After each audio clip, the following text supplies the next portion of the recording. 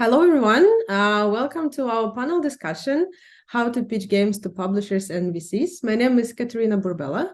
I'm a BD manager at Remote Control Productions. We're working with the indie game developers, operating as their business partner and helping them to do their business, to find publishers for their games and anything else that they want to do. Today I have with me beautiful people, Olga, Josh, Ilya. I will let them introduce themselves and then we can start. So Olga, maybe you can start the introduction of yourself. Sure. Hello, thank you so much for having me. My name is Olga Voronina. I'm head of business development at Ravenage. We are an international PC console indie games publisher based in Georgia. We provide full marketing support, financial support. We help with porting, localization, QA, and many other services. And I'm very excited to be here today. Hi, my name is Ilya. I'm a co-founder and the managing partner of the Games Fund, which is a United States-based venture fund. We invest in early-stage gaming companies. And currently, I'm traveling to South Africa. So, hi from Cape Town. Hello, I'm Joshua Garrity. I'm the head game scout at Secret Mode. Secret Mode are a publisher which is part of the Sumo Group. We serve two functions. We act as a path to market for internally developed IP within Sumo Group, but we also work with external third-party developers as well. And we can fill all sorts of gaps such as QA, localization, marketing, etc., etc.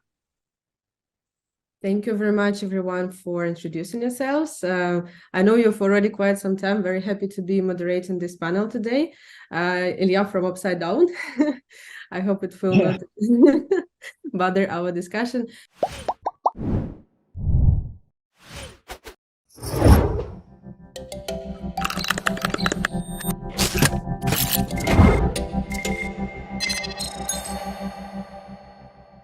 So let's start with the more info about your companies where you're working at. Can you please tell more about what kind of games are you publishing, what kind of partnerships you are, building? That will, I guess, help a lot also developers that are watching us and listening to understand, what is exactly sense of your business. So who would like to start? Okay, I can start. So the Games Fund, as I mentioned, is a $50 million venture fund, and we invest in early-stage gaming companies. Initially, we mostly focused on mobile game developers, something like 90% focus on mobile game developers, 10% on PC and console game developers, and 10% on technological companies developing some tools for video games developers. But right now, we kind of shifting our focus mostly to PC, console, and multi-platform gaming companies, because we see a lot of opportunities in these markets. So our check size is from $500,000 up to $3 million. Usually we lead the deal. Usually we are the first investor in the round, but we also super friendly to other investors and happy to join co-investment opportunities. Speaking about genres and platforms, we also focus on core games, both on casual and hardcore ends of spectrum. So we have merged two games.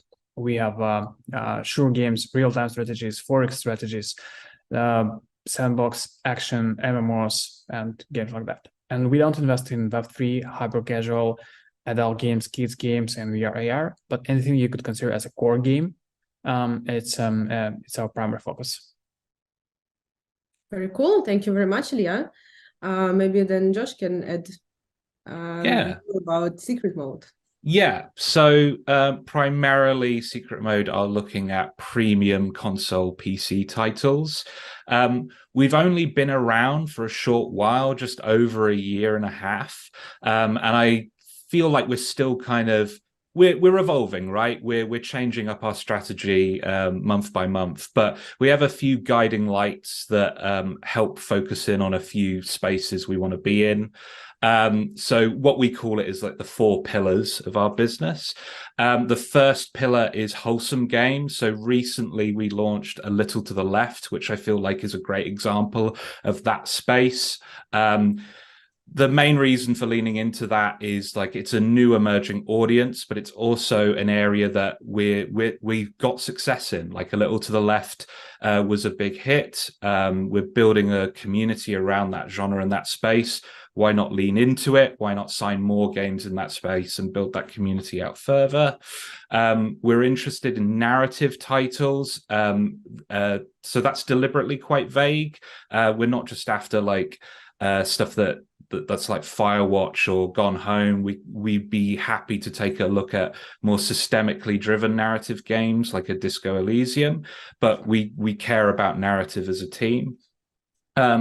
We're also looking at strategy games. This is mainly to do with leaning into the skill set of the team that we have. A lot of the skeleton of Secret Mode was built by ex-Sega people. And obviously that comes with experience of teams like Relic. Lean into that knowledge, lean into that skill set. And we're also looking at small-scale multiplayer games, so community builders. I view multiplayer games as one of those things where, yes, they generate a lot of revenue when they do well, but it's kind of like a high tides float all boats situation. The communities that you create for multiplayer games also help the sales of the single-player games in your catalog as well. So, yeah, that's us. Great. Yeah, I really admire and respect when publishers are all about the community, because in the end, this is like where we're like getting in, right? Interacting. Olga, now please tell us more about Ravenage. Sure. So Ravenage publish premium and PC console games. No mobile. Our priority is games with short production cycle, not longer than 1.5 years. We don't have any, specific requirements for the genre. Of course, there are genres that are more attractive to us and less attractive from a commercial point of view. But the idea is to find something unique, a new combination of mechanics, visual style, and with a good portion of narrative on top of that.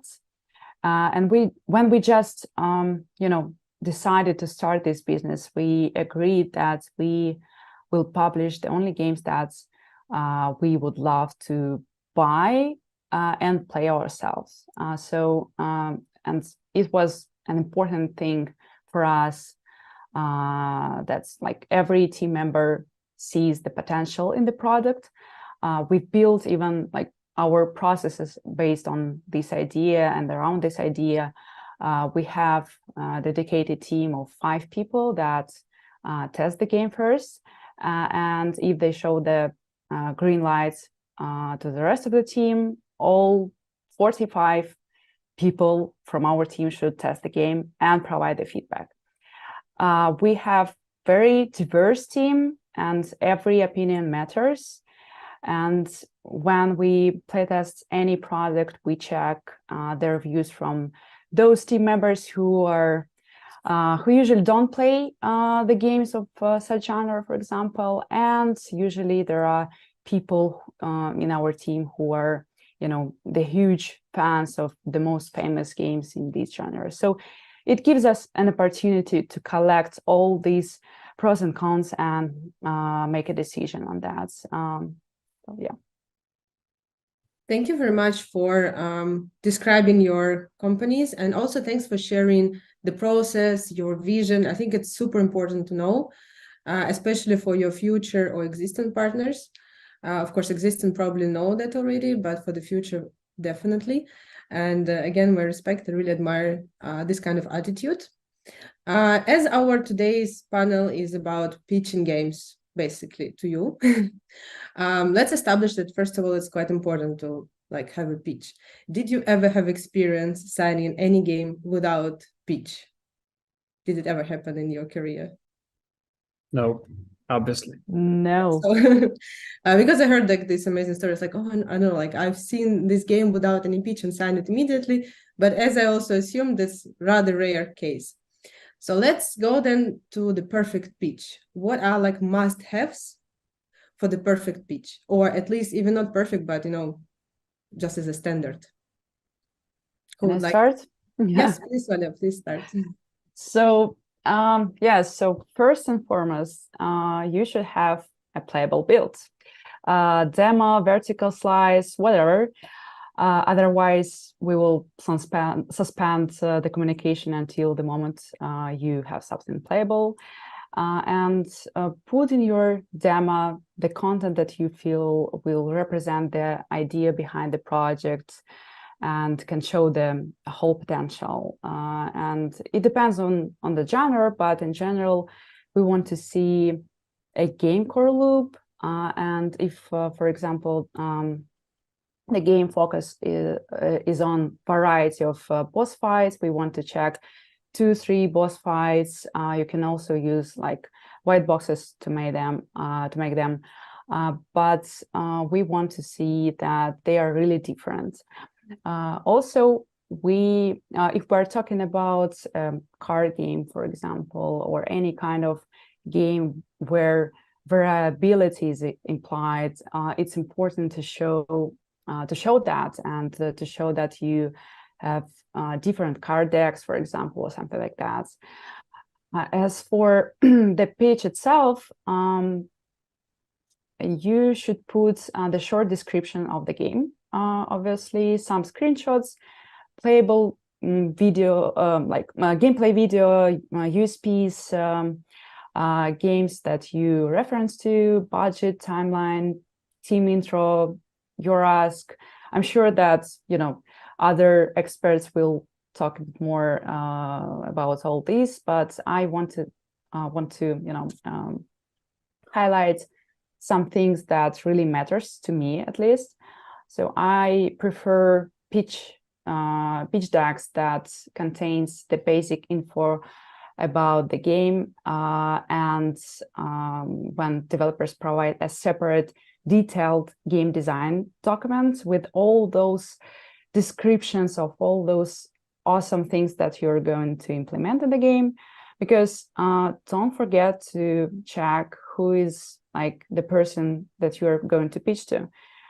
In most cases, when you pitch game to the publisher at some event, for example, you are talking to business people, and they are trying to figure out how they can help you and what kind of services you are looking for, how they can make your life easier. And if you do your homework and in the preparation for the meetings with different publishers, you customize your pitch according to those publishers' requirements that you are aware of, it's super great. We love you. You don't make us to do our extra work. And for example, if publisher says that don't include the porting costs in your budgets, because I know we have in-house developers, and they will take care of all this porting, and just don't include that. That's like easy. In other words, it's always great to see that people can do some research, and they also interested in your partnership. All the PC and console publishers want to see your monthly burn rates and timeline for PC builds. That's the must-have, I think. Please don't include the marketing costs into your pitch, because if you have a dedicated marketing team that can take care of all the marketing activities, you need the budget for it. You probably don't need a publisher in this case. So try to find other like investors or funds, or get some grants or something like that. That's all I wanted to say about must-haves. I'll pass the mic to other experts. Yeah, Olga, I agree with. Sorry, Josh, I just wanted and to ask a question, Olga, because she was mentioning the very important, the playable build.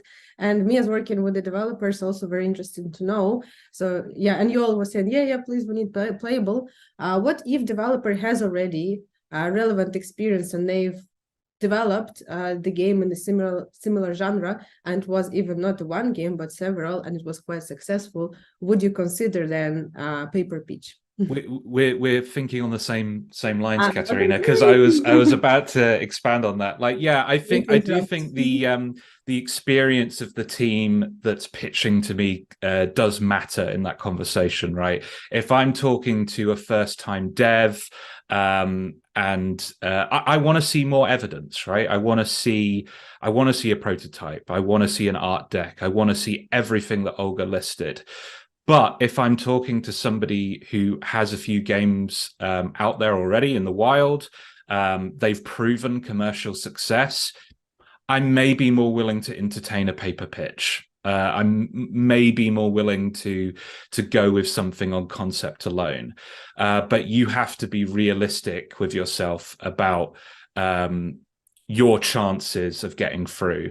Like it's not just the fact that you've released commercial titles. Is your next game in a space where you've proven your skill set? If you're like radically changing direction, like, oh, we've released commercially successful strategy games and now we're making a platformer, I'm going to need more evidence from you. I'm going to need to see a prototype. But if you're in a space that you know well and you've executed well in the past, okay, I don't need to see it as much. I will say, just to clarify on the prototype front, I don't think any of us here are expecting like a vertical slice, right? We're not expecting something super polished. I forget who coined the phrase, so apologies that I'm not giving credit where credit is due, but there's this phrase called the white box Mario test, which is basically, is your game fun even if I removed all of the art direction, all of the, bells and whistles that make a game pretty and inviting? Is it still fun without all those things? And with Mario, the reason why those games are so great is controlling Mario is just fundamentally fun, even without the level design, even without the architecture around Mario. So that's an important thing to ask yourself when presenting a prototype to a publisher or Game Scout or CEO or whoever you're pitching to. Like, does it feel fun even though it looks ugly? Yeah. So if it does, then it's worth putting in front of people, because most of the people that you'll be talking to are used to seeing stuff at an early stage. Thank you, Josh. I totally agree with Josh. And because we are early stage investor, most of our investments are on a deck stage. So in some cases, when we invested in first-time founders without any prior business experience, we had to have something to play and test and feel that magic between the lines, just to understand, are they capable of creating fun and tactile experiences?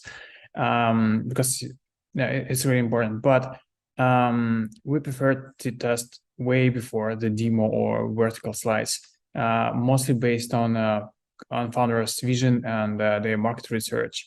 But we work kind of different from publishers because they're not mostly focused on the product. We mostly focused on founding team and the business. And there is some things that are out of the product. We have to kind of check if the founders understand how they want to create their business, how they want to build their company, what would be the pillars of their business, how large they want to be, what are the blueprints, what are they kind of company that they look for, look up, and what are they vision for kind of people design and team design and all the business mechanics that they want to implement in their business.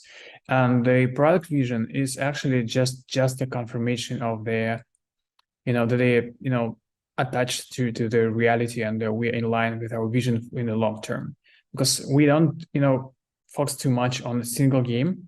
We believe that the company could go far beyond the first project, and even if the first project would fail, we'll to keep supporting the company in their vision and in the pivot, in the keep exploring the adventure in a business startup life.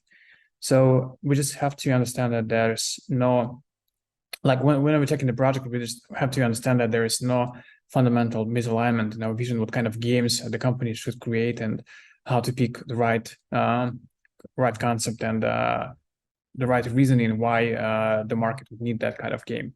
So 3 major things that we considering and analyzing when someone is pitching us a new company is if there is the market gap for that kind of product, if there is an opportunity, if this team is capable of delivering that product, and if there is a commercial potential in this venture.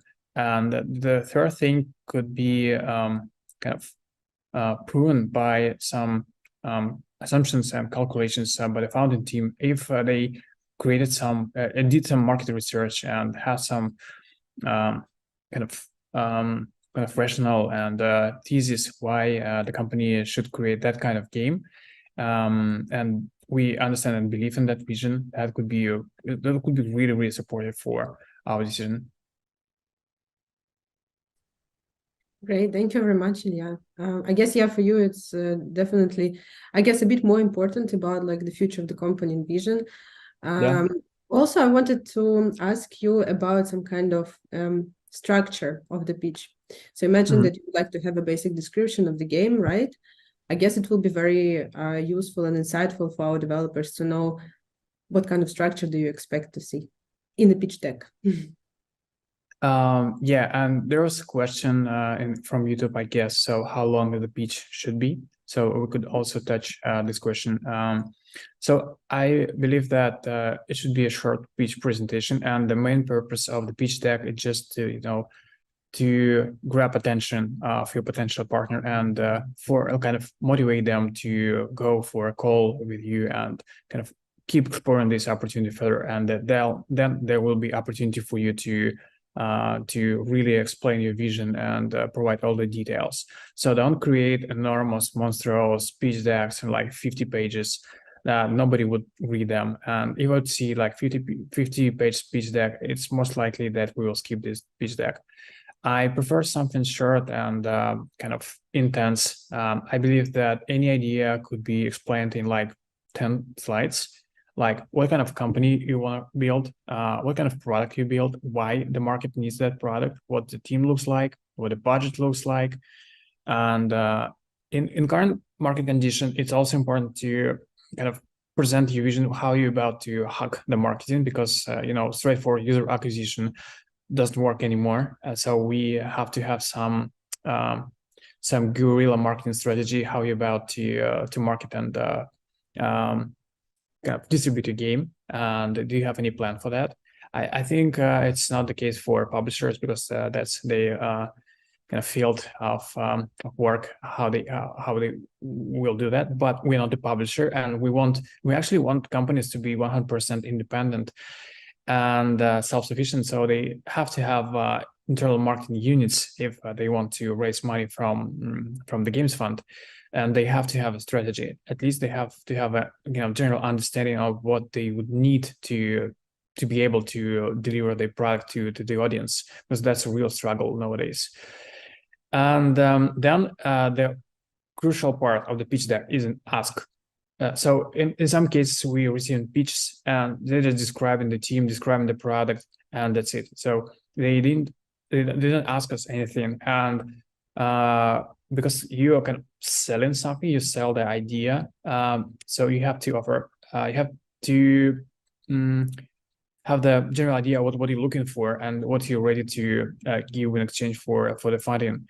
It's always negotiable, but we want the first step from the developer, from the founders. So how much money you need, how you're about to spend it, and what you willing to give away in exchange for that capital. I did, just to expand on the points made there. I think a major pitfall that developers fall into is they feel the need to do this prolonged setup before they get into the actual pitch proper. Like they'll do the backstory of the studio or talk about the lore and the backstory behind the world that they're creating.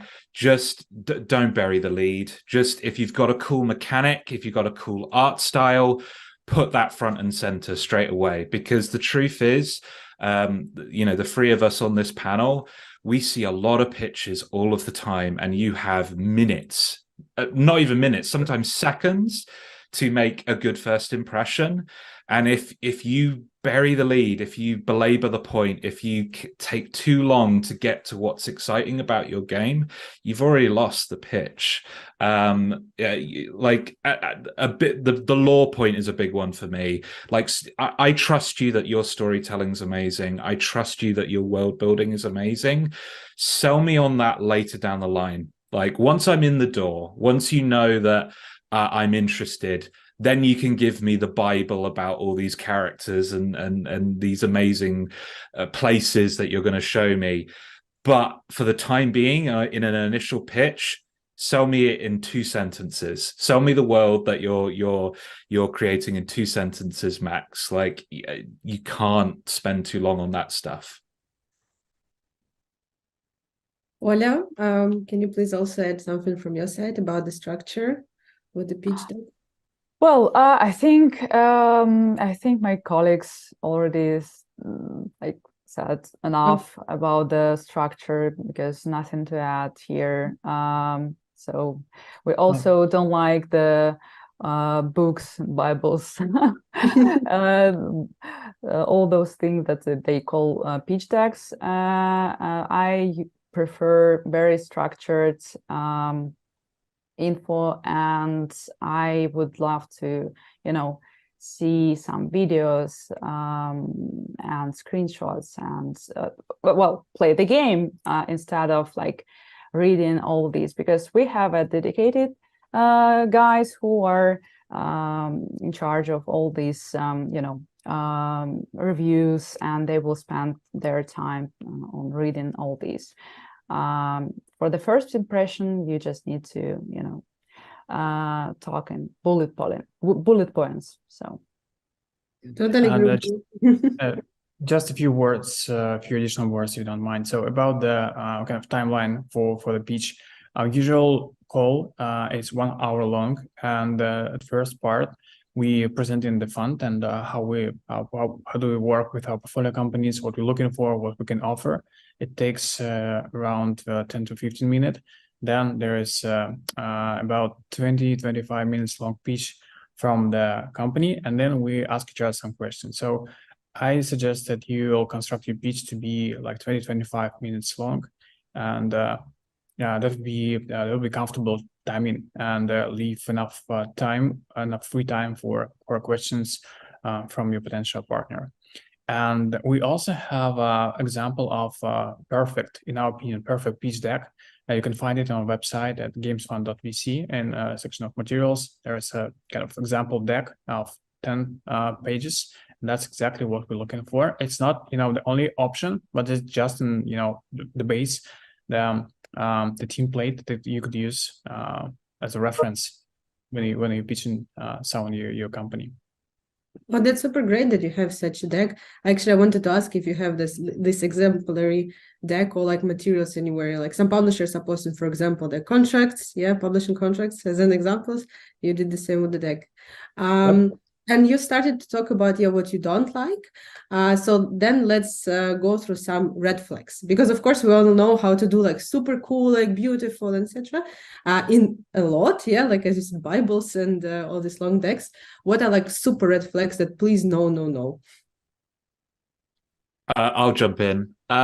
But before I explain this one, I feel like I need to define something for everyone. There is a difference between confidence and arrogance, right? And for me, confidence is knowing what you're good at, being clear, concise, and, confident about those things, but also knowing where your weaknesses are, knowing your limitations, and being honest about those limitations and being clear about those limitations. Arrogance is believing that you've got everything covered, you're amazing at everything, and there are no issues whatsoever.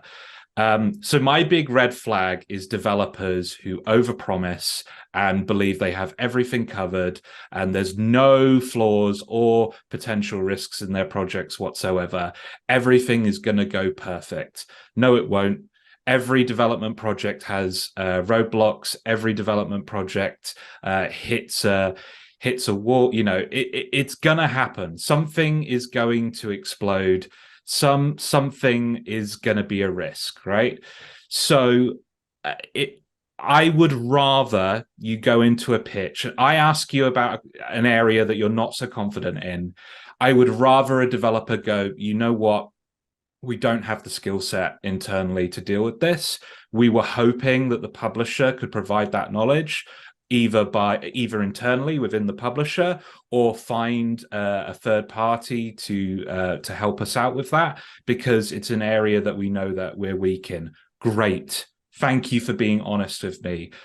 I can deal with that now. That's a risk that I can manage. That's a risk that I can deal with. If you don't confront that right from the word go, not only does that potential problem have, it could explode later down the line, you damage trust with that partner, you damage that relationship. Trust and respect are way more important than telling people what you think they want to hear. It is better for relationship building to be honest about what you think you're weak in. I have something similar to that. So, I've seen some really strange things in the pitch deck sometimes. For example, we are a new team, and this is our first project, and we have only 3 people for now, and we're going to hire up to 100 people. That's a real, but that's, by the way, that's a real example from real life, and I met those developers. So it sounds too ambitious for me. And when you do a wrong talk about references, for example, like we're going to make a new Assassin's Creed or a new GTA 5 or whatever, it sounds to me that probably, that you your target audience, but you don't know how to find the right references and you don't know how to talk about them. And usually it works better, this way. So you say, like, imagine the game with the parkour elements from Assassin's Creed and the mechanics from some, I don't know, like other famous titles. And we added our own juicy feature to that game. And here's the game. So you're amazing.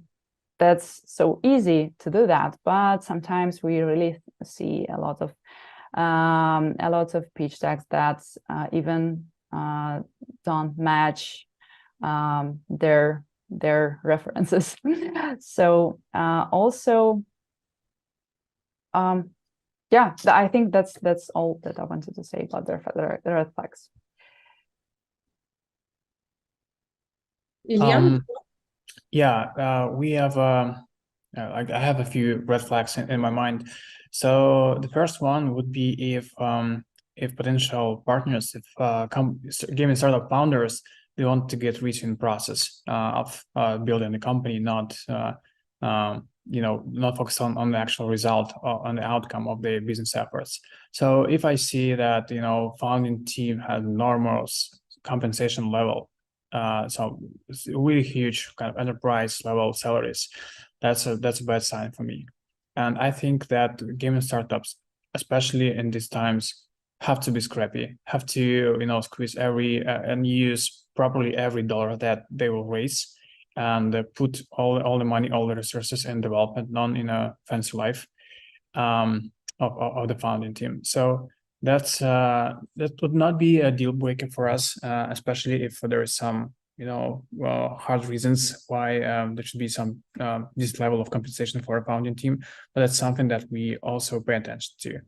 The second thing would be focusing on some kind of art projects instead of commercial projects, because investment fund is a commercial organization, and we're looking to make some profit out of our investments. And despite it, as a gamer, I would love to see more kind of art house-ish gaming projects. But if there is no commercial potential and we just want to create art, it's not a good deal for a venture fund. And what else? One of the red flags that actually could be a deal breaker for us, if the founders already lost the control to some third-party investor at the very first round of their company life. If I see that there is a founding team who owns just 15% and 85% is owned by some real estate developer or factory owner or just real life businessman, it's the company is uninvestable, because we prefer to invest in companies that are run by people who actually develop games and building the business. No passive backseat passengers in the company. That's the rule for us. And some unrealistic expectations from the products, like we'll sell like 10 million copies on this game, and there's no complete detachment from the reality and the market, signaling that developers and founders didn't do their homework, didn't do the market research. They don't understand they don't understand the market reality. They cannot project revenues and sales figures for their business. That's a bad sign. Yeah, just to expand on that last point, like, no one's expecting you to be an expert in these areas. You're a dev, right? You make the game, but you need to demonstrate that you cared enough to look into it. You cared enough to research into the market realities. Obviously, in my case, if you're coming to me as a publisher, you're looking for marketing expertise. You're looking for people who really, really understand the market. But if you're pitching a game with no sense of, like, for example, how roguelikes are doing, or name a genre, right? If you have no sense of what the popular games in that space are, then why are you talking to me, right? Come on, you've got to demonstrate that you thought about it. One more comment. Like, from a personal perspective, I don't like copycats. So if someone coming to us and saying that we'll create kind of low-key GTA 5, it's not that exciting. We want to invest in someone who are willing to create #1 players in their niche and wanting to disrupt the niche, want to create something new, experimental, brave, ambitious, maybe a bit arrogant, and it's not always always a bad thing in the right proportion. And we'd like to have to be experimental and risky, because we see it's a high risk, high reward game. So we only invest in potential leaders, potential super winners, and we don't like mediocre people. Yeah, about not being a mediocre people. What are the ways to impress you? I don't know, while pitching, maybe some jokes or creative attitude towards pitching or anything else. Can you please share? I think that's some refined narrative that founders we truly believe in. Like, I can always feel if someone who is pitching me is truly believe in what they're saying, or they are confident, they are not sure about what they're doing, and they don't know exactly what they want to create, what kind of partner they're looking for, what kind of resources they're looking for. And we're always asking people, like, what kind of resources you're looking for besides money, besides capital? Because capital is all the same, like, from many investors and capital sources. But are you looking for something besides money? And how can we help besides funding the company? And if someone has really strong vision for the company, they don't look for kind of control and maintenance and governance from their partner. They're looking for resources to fulfill their vision, to bring to reality, and that they kind of leaders. I can feel that they have extra energy. They don't drain energy from you, but they have enough energy to charge you and charge their followers, charge their audience, charge their teammates. That's what you're looking for. And if they are low energy, like energy demanding people, that's a bad sign as well.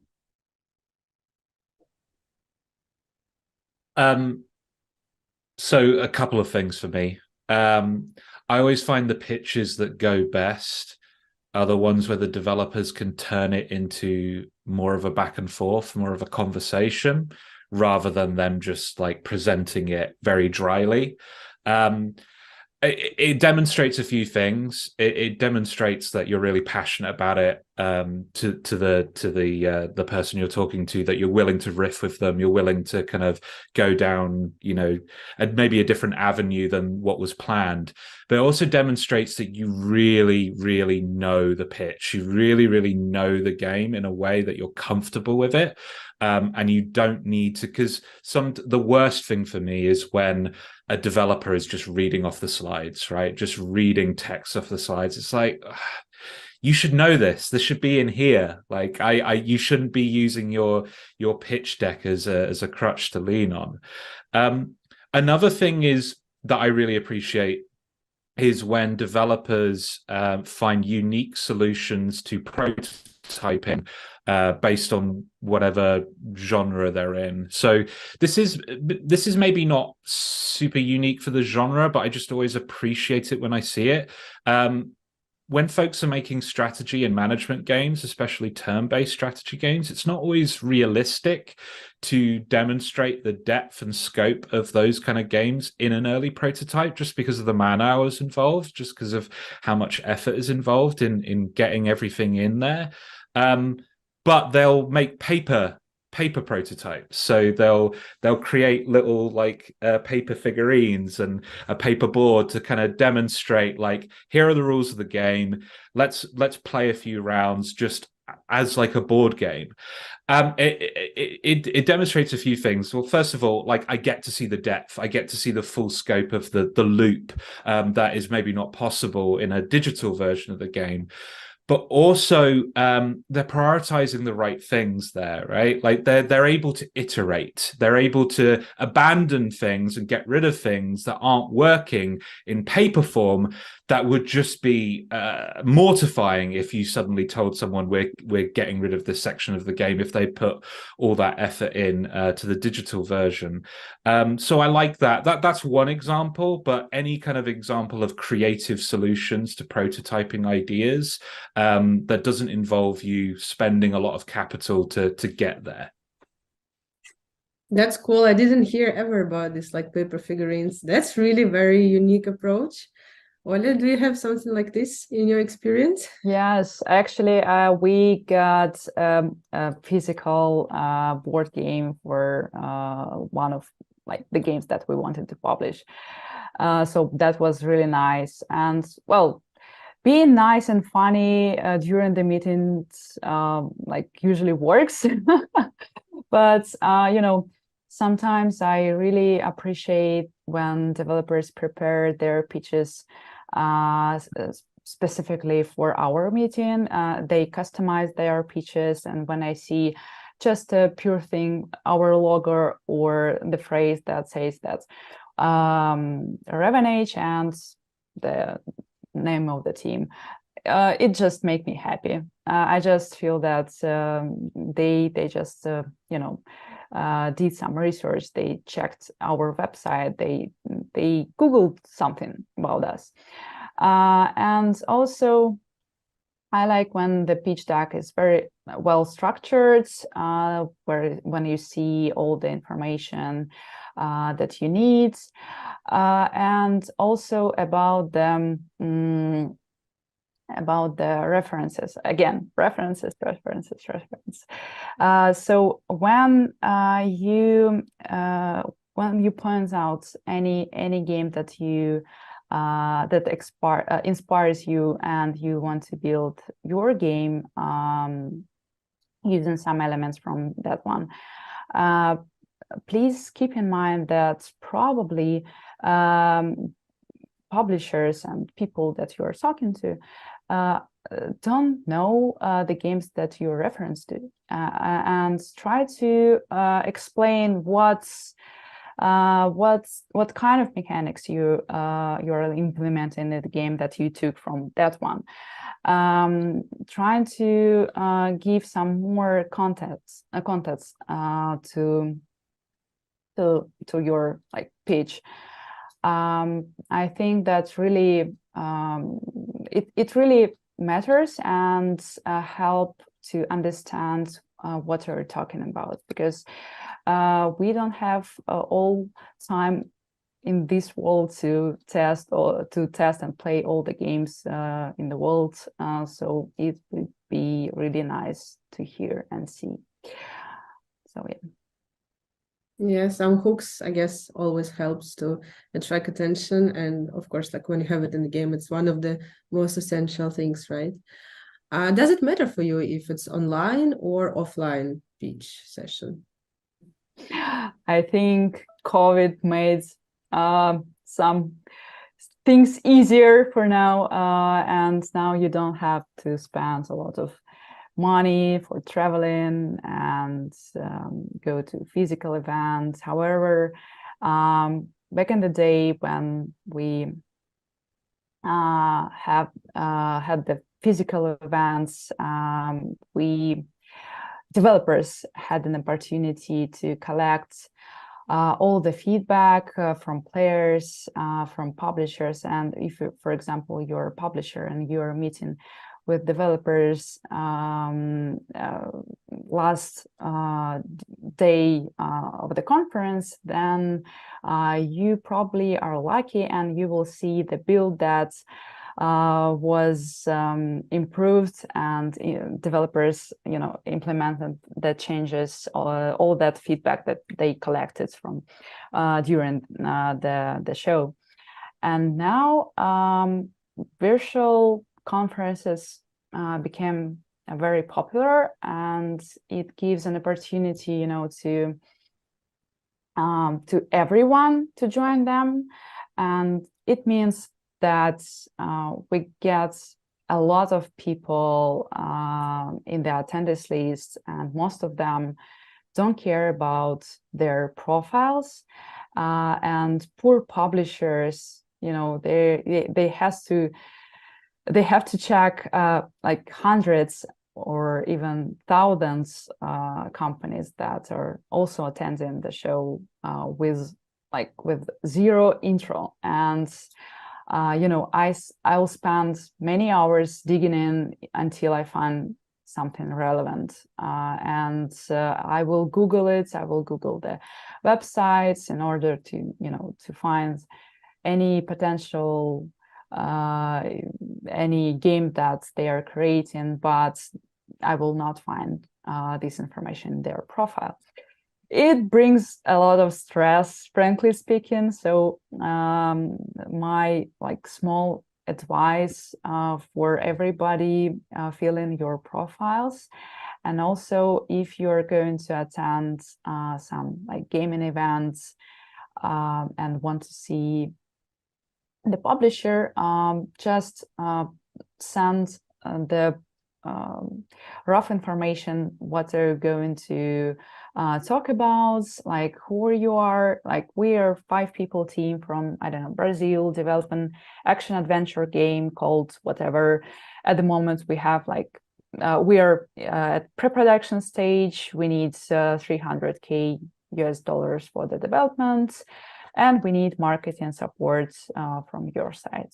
That's it. No need to write again the whole story of your team. How did you decided to start this project, this business, etc., etc.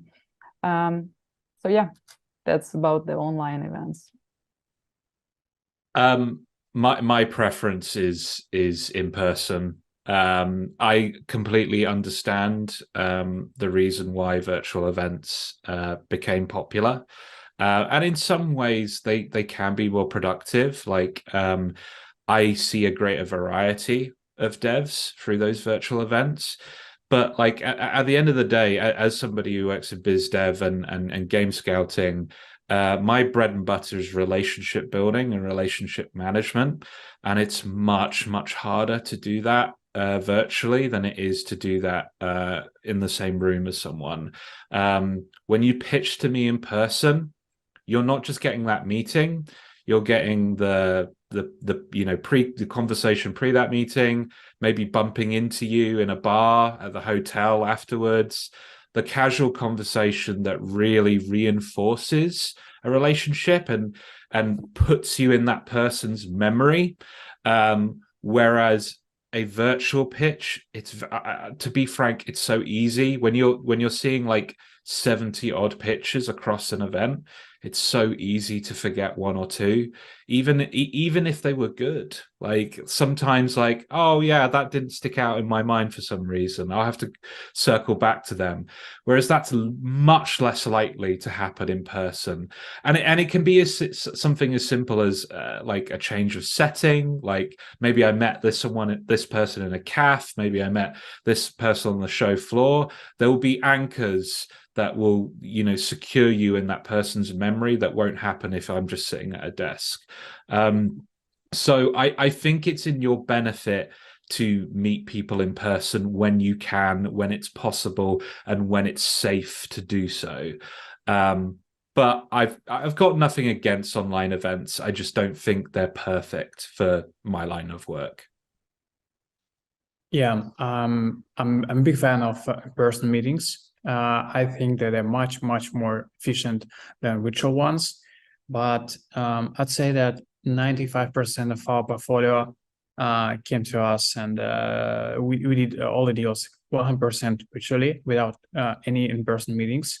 And we also raised like 95% of our capital without any virtual meetings, and we have more than 40 investors in our fund, so all around the world. And yeah, in-person meetings are the best option, but in modern times, it's not always affordable in terms of how much energy and time you have to input and invest in this meeting.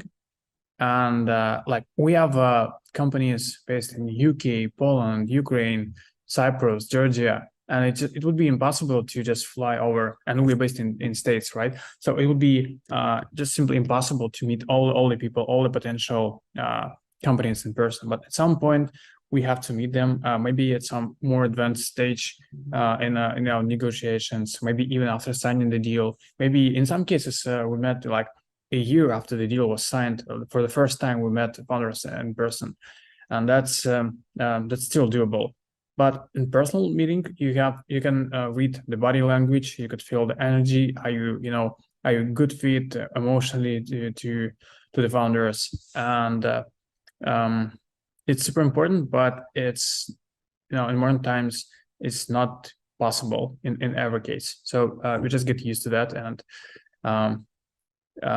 try to be as efficient as possible in current circumstances. Yeah, and we also are creating like friendly connections, right, within the industry, because we spend a lot of time at work.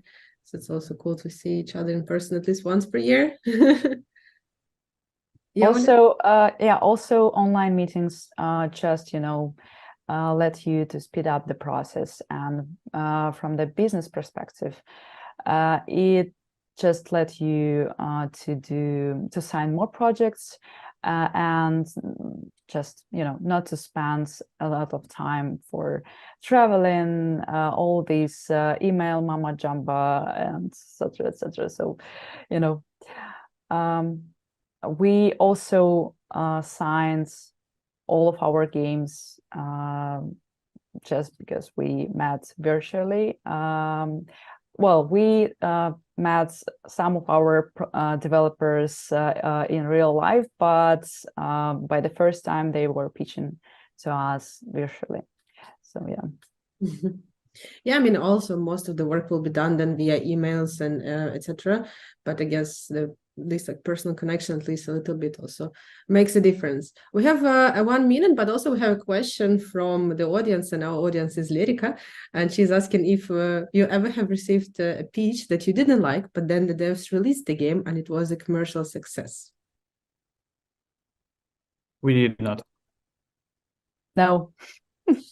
Not at secret mode, but definitely in my younger years, there was an example of a pitch that I let slip me by, and the game went on to be commercially successful. I can't name the game, unfortunately, but if you manage to find me in a pub or a bar and ply me with enough drink, maybe I'll tell you in secret. But yes, it has happened to me once.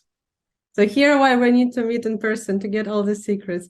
Actually, I had the same situation as Josh when I was working previously in publishers, so I know how it feels. So we can drink over that together. We're running out of time. Last words?